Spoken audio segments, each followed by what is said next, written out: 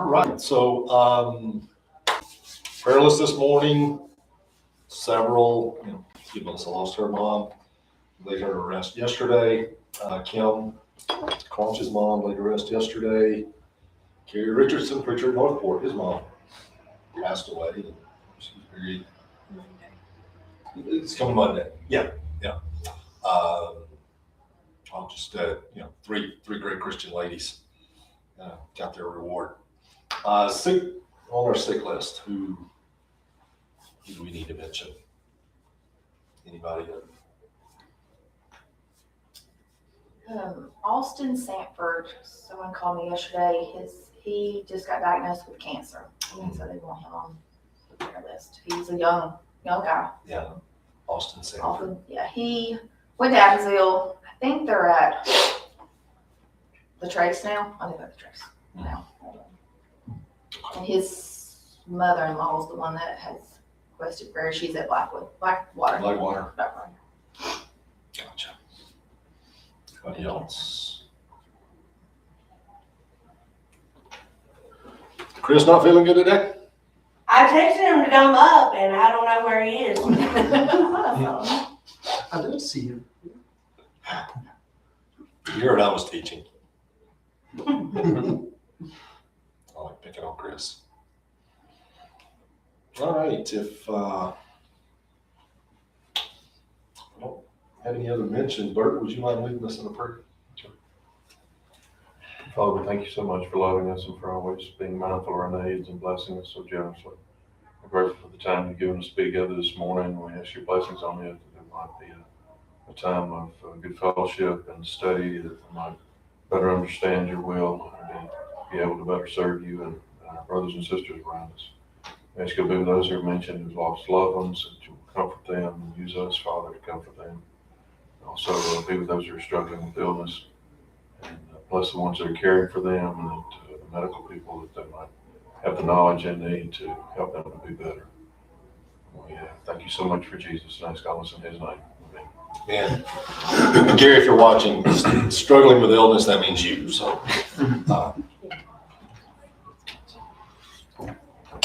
the pollen has been fun over the last couple of weeks. Haven't had my attack like I usually do. So, hey, Chris. Wow. Hey, Audrey.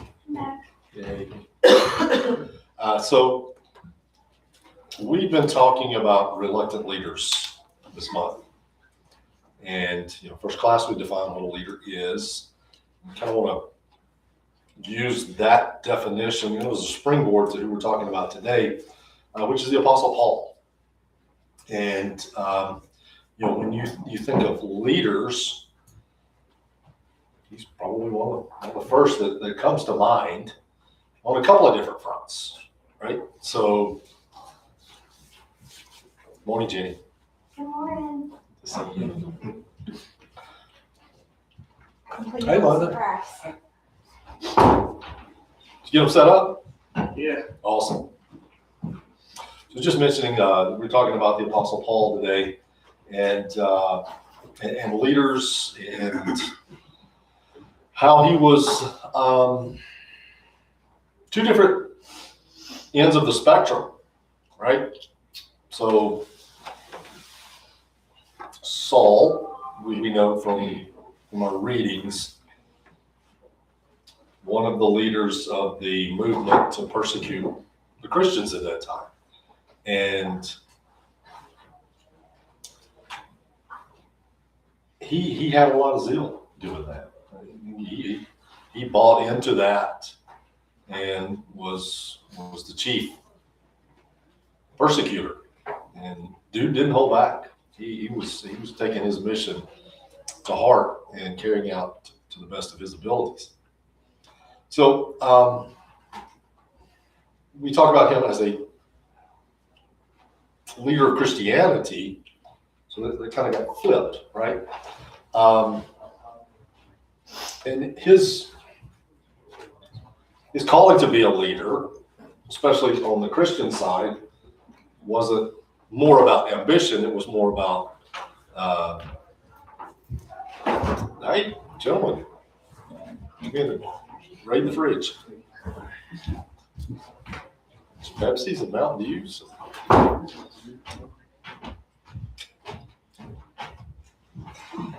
Continue, please. Okay. Thank you, Tax. So, so on the Christian side, like I said, it was more about being compelled to carry out his leadership abilities on that side. Again, so Paul really didn't seek the leadership on the Christian movement. He originally opposed it, and by opposed it, I mean he really opposed it. So we know he was the chief persecutor of the followers of Christ. Turning point came on the road to Damascus, and thinking about it from your lens, from your history, your professional growth, have there been things in your life where you're headed down one road and then something happens and makes you take a different direction? No, it has been in my life.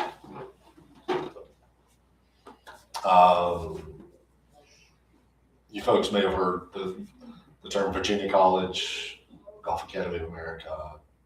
Anyway, this company was owned by a corporation called Education Corporation of America. The CEO, great guy.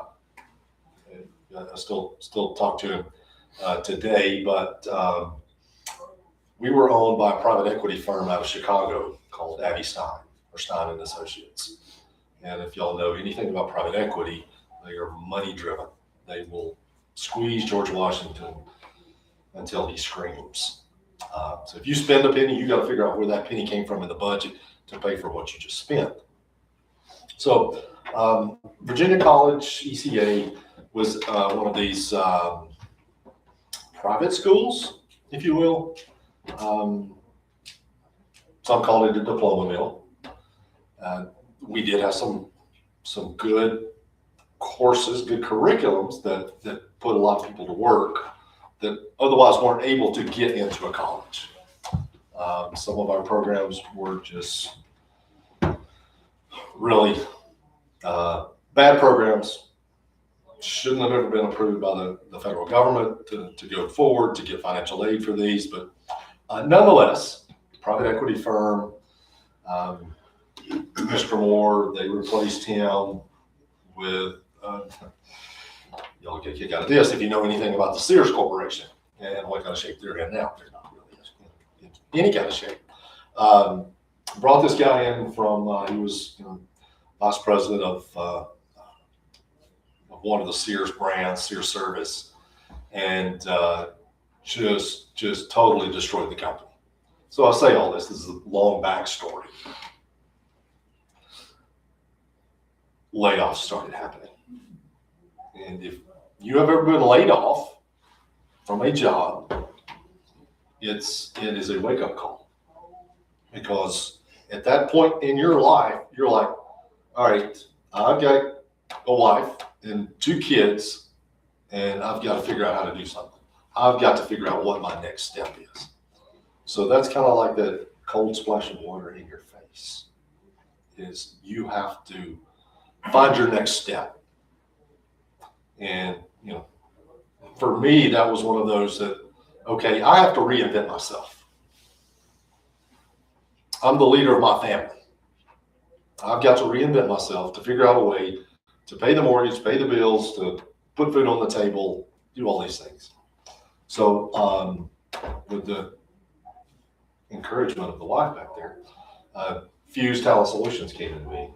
It's my own personal consulting firm that it's my side gig. It's my mailbox money. It's my duck hunting and fishing money. But it taught me that there are things that will happen in your life that will cause you to change directions. And since the changing of that direction, I found so many different avenues that I'm enjoying exploring. And now I get to do compensation plans. I now get to do talent development plans for companies. So again, it's those things that happen in your life that make you change. And things will happen in your spiritual life too. You may be headed down the wrong path, and then something's going to happen, and it's a slap in the face. It's that cold water. It's that cold shower that you needed to get you back where you need to be. Anybody have any, either in your professional lives or spiritual lives, that you had that moment where, wow, I worked for the railroad. I've been laid off. that's no fun, is it? Yeah. Did you get a call or an email or a letter? I got a phone call. Yeah. Mm-hmm. Same with me. My boss was in Chicago. I got a phone call. I could watch it as little by little all the layoffs were happening. You see your number coming up. Got one last trip from Mississippi, and then I got a phone call. Yeah. And this, my boss said she had been down to Birmingham the week before, and she knew what was coming, Mm-hmm. but she didn't have the intentional fortitude to come talk to me to my face. And right then and there, I said, well, if I can help it, I will never work for a private equity firm again. I did with GMR, but it's ambulance, medical transportation. They're not going anywhere. So people always get sick, and people need ambulances. Anybody else? Spiritually speaking, when we had our first daughter was when we started looking at our spiritual state. Yep. And that happens for a lot of people when they have major changes in life. But until that point, we were not looking for it. Yeah, that's, thank you. And that's, like you said, that's that wake up call. Mhm. It's like, I gotta change something. I have to do something to make sure my family is taken care of. Physically, most importantly, spiritually. All right. So for Paul, this wasn't a career choice. You know, this was it was an interruption. So he went from chief persecutor to preacher, basically overnight. A couple of days of delay there. Something funny back there that y'all want to share with the group? No. Okay. Sorry, I just love doing that. So he was chosen. He was not self-appointed. Right? Like, you hear the term apostle, or you think Paul or Peter was the first pope, and yada yada yada. But anyway, I'll stay off that soapbox. So after his conversion,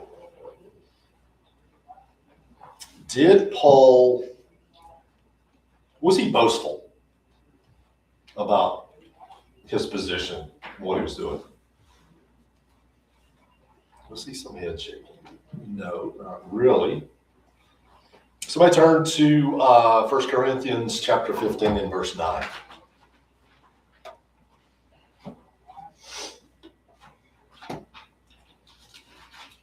For I am the least of the apostles and not fit to be called an apostle because I persecuted the church of God. It's pretty strong. This man got the personal visit on the road to Damascus. But he considered himself the least of the apostles. You know, he could have been very prideful, very arrogant, but he wanted to be humble about this. He was humble. And I think that's one of the characteristics when we talk about leaders and leadership. Humbleness is one of the, I would say, most desired characteristics of a leader. I've worked for egotistical leaders. The guy from Sears, one of the worst. One of the absolute worst. And what drives the ego in a leader? What's kind of the backstory? Tell me what you see in a leader that's egotistical. Why are they that way? like if a coworker, you're on the same level and they get promoted, Mhm. it's that power that makes them feel like they're mightier than you are. Just Absolutely. I've said this in the adult class before. You've got three things that will cause the downfall of a nation: money, greed, power. If any of those characteristics are prevalent, nope. I'm guessing there's something about to bite me over here. Oh, let's see. Yeah, go ahead. Sidebar. No, yeah. Yeah, no, it was a bug. Zen, we have a bug. Here we go. Yes. But, yeah, wait, Bert being a leader. She's like, I was like, that's a pass. Are you okay? Also persecutor. right? Yes. I didn't know if I said something or what, but there's a very graceful That's action. why I didn't do anything. Yeah. Bert being chief persecutor of roaches. Ooh. So anyway. And I live at camp. We're on roaches. We're on roaches at camp. Where are you going? Yeah, no such thing, is No there? mice, no rats, no snakes. Spiders, anything. Talking about Paul's humbleness. Let's go to 2 Corinthians chapter 12. Somebody catch verses 7 through 9. 2 Corinthians 12, 7 through 9. Unless I should be exalted above measure by the abundance of the revelations, a thorn in the flesh was given to me, a messenger of Satan to buffet me, lest I be exalted above measure. Concerning this thing, I pleaded with the Lord 3 times that it might depart from me. And he said to me, my grace is sufficient for you, for my strength is made perfect in weakness. Therefore, most gladly, I will rather boast in my infirmities, that the power of Christ may rest upon me. Thank you, sir. So again, we see a measure of humbleness in Paul that we don't see in a lot of people, especially leaders in the Bible. What was the thorn in the flesh? Give me your thoughts.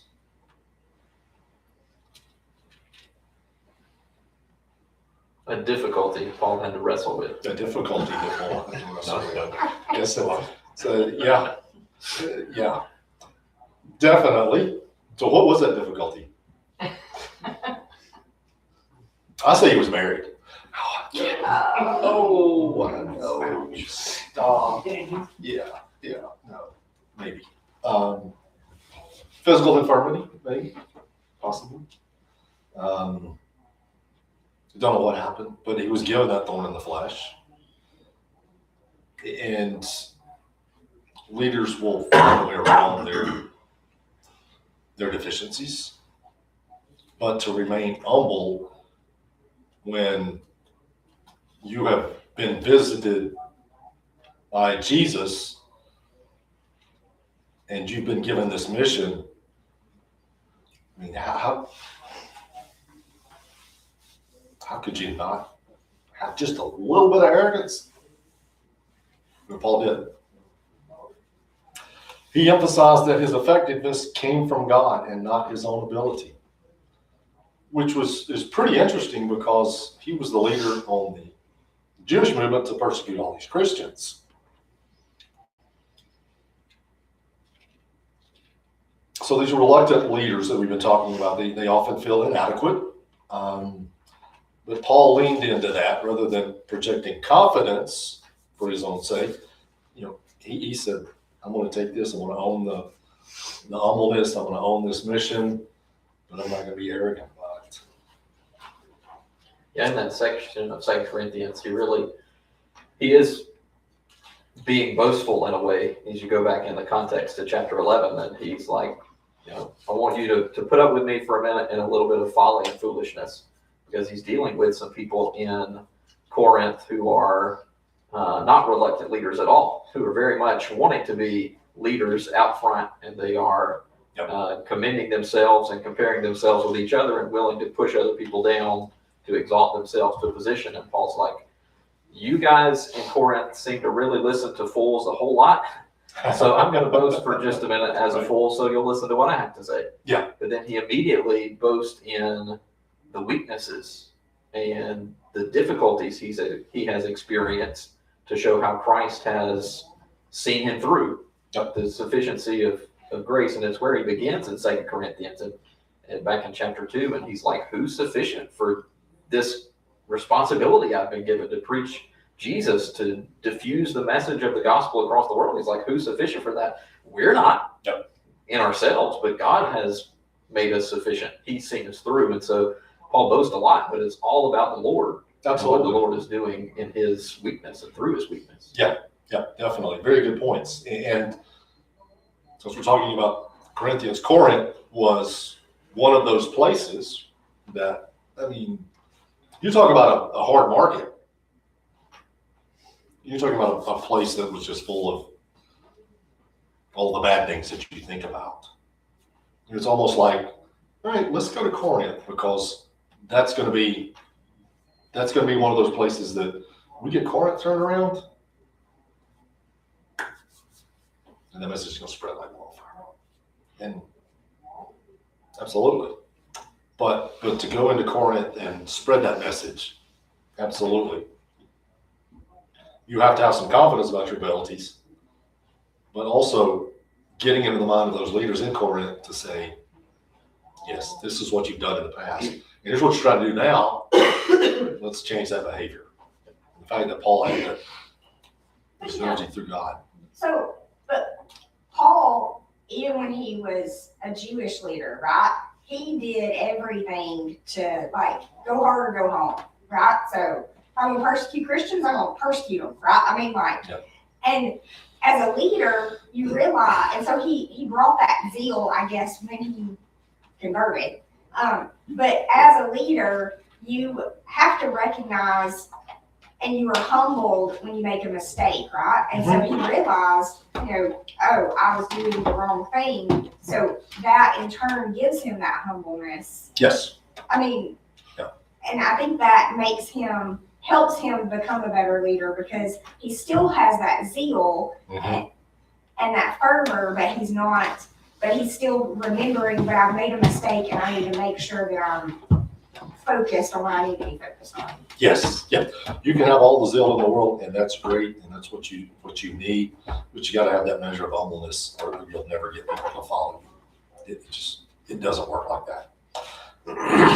The leader from Sears was not humble. He was the exact opposite of humble, and that's ultimately why the company failed. Is he thought he knew better than anybody else. Ain't wrong. Paul didn't really rely totally on his charisma or his status. He knew the position that he had. 1 Corinthians 2:1. We've got that.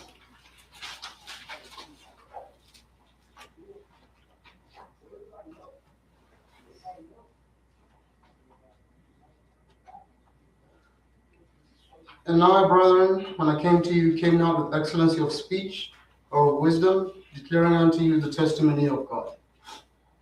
Thank you, sir. So this is interesting. He did not come with eloquence or human wisdom. Who did he study under? Gamaliel.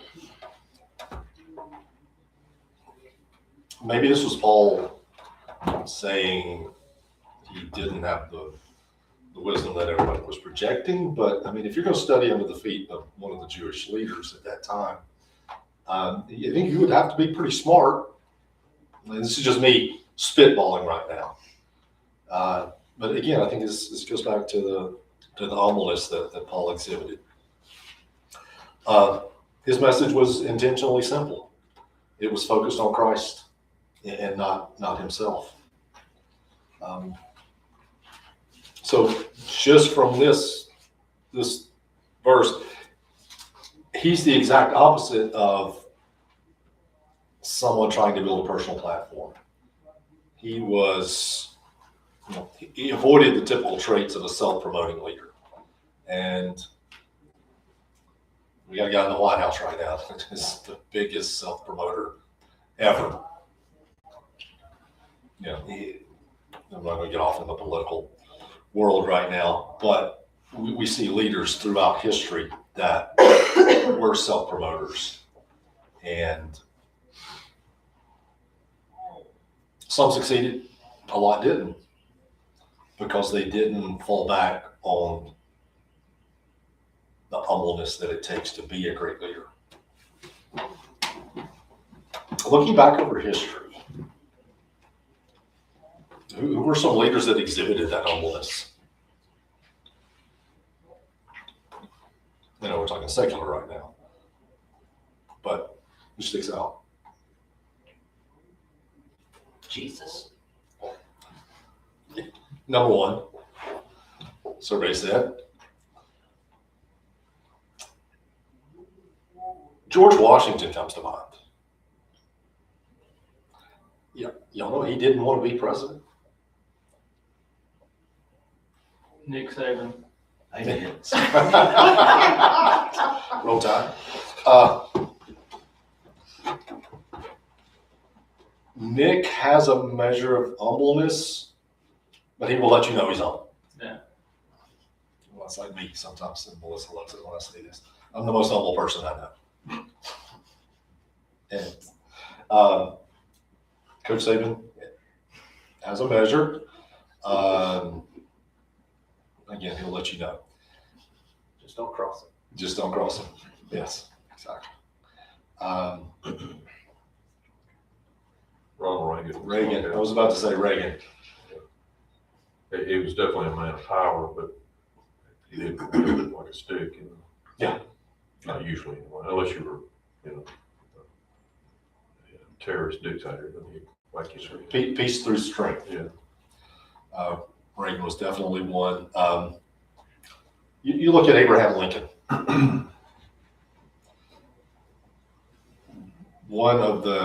He was probably put in the most difficult situation through the history of our country. Two sons fighting a war. So he had to be humble to do what he did to preserve our country. I mean, who knows what it would be like today if the South had. Don't know, but Lincoln was one. I'm sure there have been some European leaders in the past that were humble individuals. Henry VIII was not one of those. Winston Churchill. Winston Churchill. Solid. Margaret Thatcher. I was like, Margaret Thatcher. Thatcher, definitely. And all of these individuals, great leaders in history, had that measure of humbleness. All right, so back to Paul. Let's look at 1 Corinthians chapter 9 and verse 16.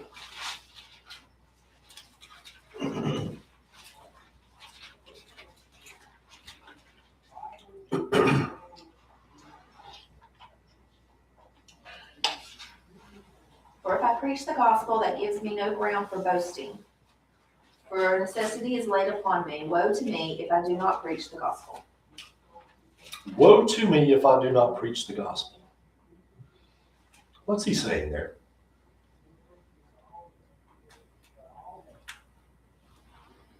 Think back to a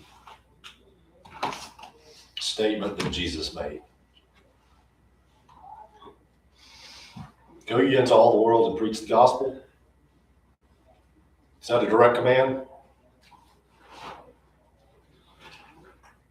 Woe to me if I do not preach the gospel. I think that's what Paul's saying here. Correct me if I'm wrong. It's our obligation to preach, teach the word. And if we don't do that, was that one of those sins of omission?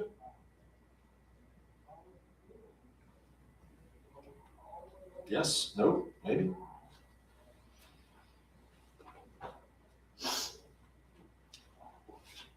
Paul led because he felt he had to, not because he wanted the recognition. He could have, Had he not had that Damascus Road trip, he would have probably been one of the next leaders of Israel, of the Jews, because of what he was doing to persecute Christians. So again, that language reflects the compulsion, not it. It wasn't his ambition. He endured hardship rather than seeking influence. And we know from his missionary journeys, imprisonments, beatings, shipwrecks, constant opposition and criticism. I mean, wrote letters from prison. But that did not break his spirit. He knew what his mission was. He knew what he had to do, and that was to spread the word. How many leaders that you know of would have avoided that path? They don't want to do the hard things that it takes to carry out, a mission like this. A power-seeking leader would ultimately have avoided those kind of situations. So think about your lives out in the world. If hard things happen, if trials happen, if bad things happen, if challenges come up, what do? Do you face those challenges at home? Stay on your mission? Bert, how many times do you have to replace electrical components, or how many things go wrong at a camp during the summer? A lot. But you know what? You don't stop. Bert keeps that camp running. Bert and nobody else with a lot of help. Yeah, he doesn't do it on his own. So when things pop up in your life, do you take the easy way out? Or do you keep on trucking? Knowing, and I'm talking from a spiritual nature, sin pops up in your lives. Do you embrace the sin, or do you put it aside? Do you do the easy thing and say, oh, that's not what's going on? Or do you say, here's what Christ tells me to do?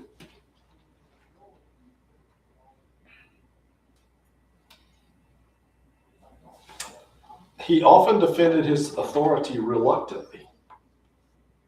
In the letters, the 2 Corinthians, Galatians, Paul defends his apostleship, but almost apologetically.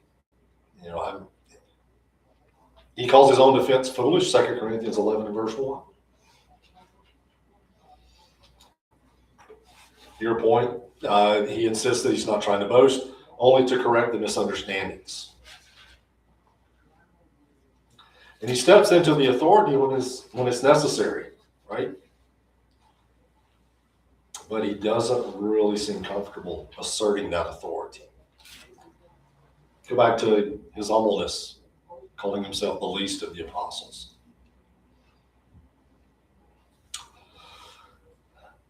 So I think we could probably look at Paul's leadership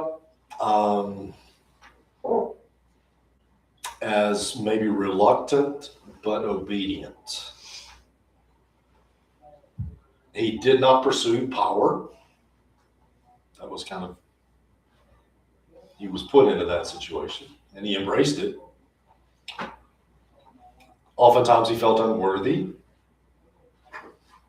He didn't engage in self-promotion. And he accepted the leadership because he believed he was called to it. Otherwise, that visit on the road to Damascus would have never happened.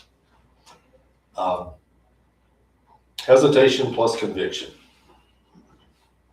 It's a pretty good way to describe him. So, thoughts. That's about all I've got in my notes. How could we best describe Paul's life to somebody. See the 180 dude?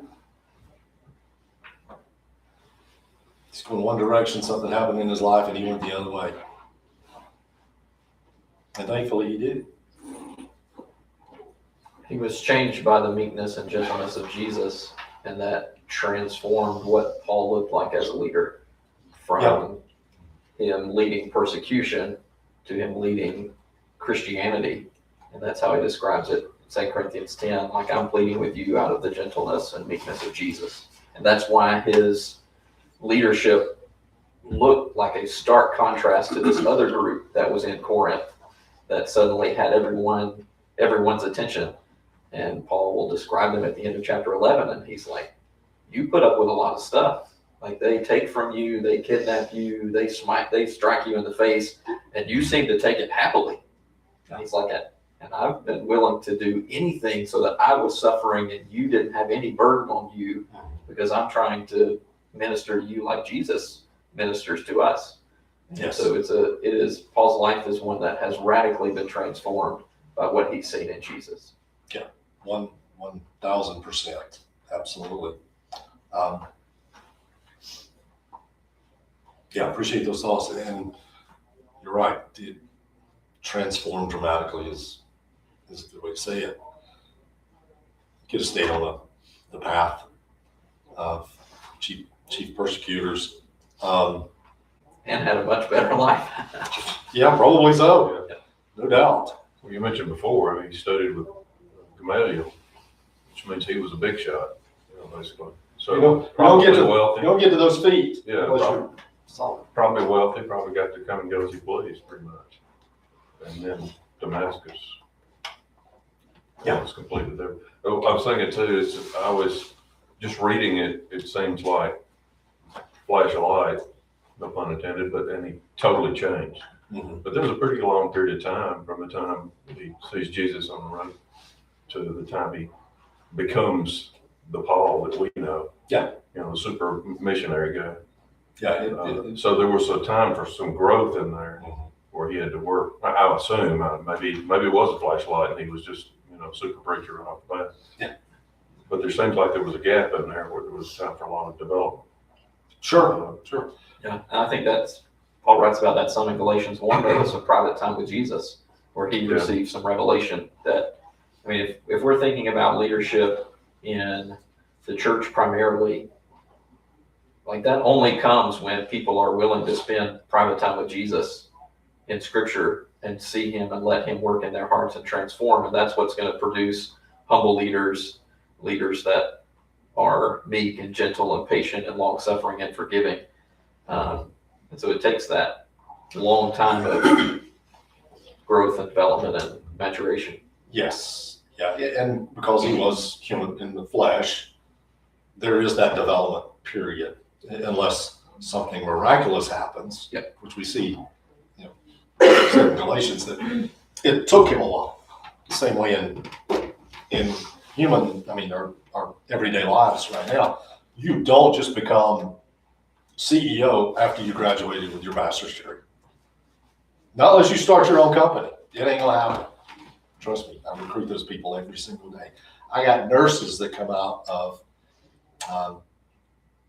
UAB, University of Alabama. Stick your tongue out at me. University of South Alabama. RNs that come out thinking, I'm gonna make $130,000 a year. No, it doesn't happen. It doesn't. I'm sorry. It's not the real world today. You mentioned Nick Saban before, and I think people misunderstand him a lot because he is so, or at least one of his coaching, so loud, forceful. But it's because he was focused. Paul was focused. He always came back to what his goal was. And I think that's the way Nick was too. And you think, how many people are willing to do that? It took him decades to become the GOAT. Yeah. It wasn't just overnight kind of thing. But it's always, he didn't know any trick that any other coach didn't know, except that this is what you do every single time. This is the process. And that's kind of the same thing with Paul, is that you always come back to Jesus. You look at any of the coaches in the past, that they had a system. Coach Bryant had a system, and he followed that system to a T. Coach K, John Wooden, Vince Lombardi. But that's what made them great. Nobody else would do that. Nick said, you do the things you're supposed to do to rise to the next level. And you have your influence on those that are around you to get them to the next level. And it's a process. And if you deviate from that process, that's where things go awry. I like how our lives are as Christians. There is a roadmap for us that we're supposed to follow. And if we get off that roadmap, if we take a detour, not saying things are going to happen, but you got to follow that process. Kurt Signetti won the national championship this year. Followed Nick Saban's process. So that's kind of what we need to do. Nick Saban's the Paul of football. Like, at first he was bad at LSU. He was evil when he was at LSU, and then he came to Alabama. Man, I've never heard it. That's a great way to end. That is awesome. I was going to add, a lot of the word that's been coming up is humility, humble. So you spoke about the process, and there was the word meek as well. You know, that coach you just spoke about following Nick's process, Yes, he has to subject himself to that. And if you really think about it, Paul kind of had to be humbled real good before he started following the process. Yeah. So, that's also one question I've been playing with. What does humility look like? So pretty much the answer will be Paul. Yeah, absolutely. And you look at the last four, Dan Lanning was an analyst for Saban. Signetti was a coach. Well, we know Kirby Smart. Mario Cristobal in Miami. Saban. Sarkisian at Texas. Sarkisian in Texas. He had that influence. It's college football. Thank you all so much for your attendance. Hey, Mike, we didn't get an update on Emory and the baby. Oh, yes.